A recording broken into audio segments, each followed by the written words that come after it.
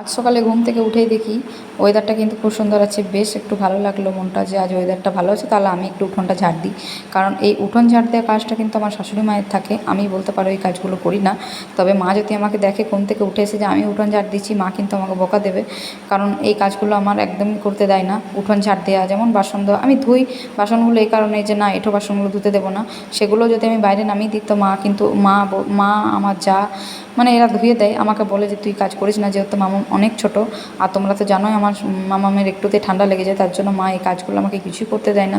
তো আমি বলি যে আমাকে এই হালকা কাজগুলো একটু করতে দেবে, ঝাড় দিতে, তারপরে এই যে মানে কাপড় টাপড় তোলা, সেই সকল কাজও করতে দেয় না। মানে যখন আমি করি আমাকে দেখে কিন্তু ওরা বকা দেয় যে তুই কেন করছিস, কাজ করার অনেক টাইম আছে, এখন তোর মেয়ে অনেক ছোট, তো তুই এখন হয়তো বসে বসে মানে থাক, টাইমটা বের কর মেয়েকে নিয়ে, পরে তো কাজ করবি। মা আমাকে একটাই কথা বলে যে দেখ, কাজ তো সারা জীবন আছে, কোনো দিন তো বসে খাবি না, কাজ তো তোকে করতেই হবে।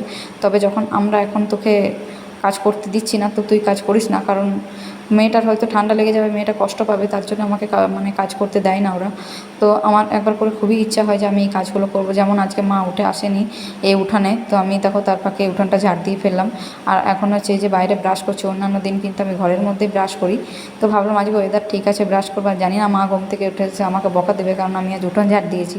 তো এইগুলো একদমই পছন্দ করে না, আমাকে দেয় না কাজ করতে। আর বিয়ের প্রথম প্রথম মানে বিয়ে আমি যখন থেকে এই বাড়িতে এসেছি, বিয়ে করে আমাকে কিন্তু সবাই খুবই ভালোবাসে, কোনো কাজ করতে দেয় না বলতে পারো। একটাই কথা বলে যে তুই কিন্তু অনেক ছোট এখন।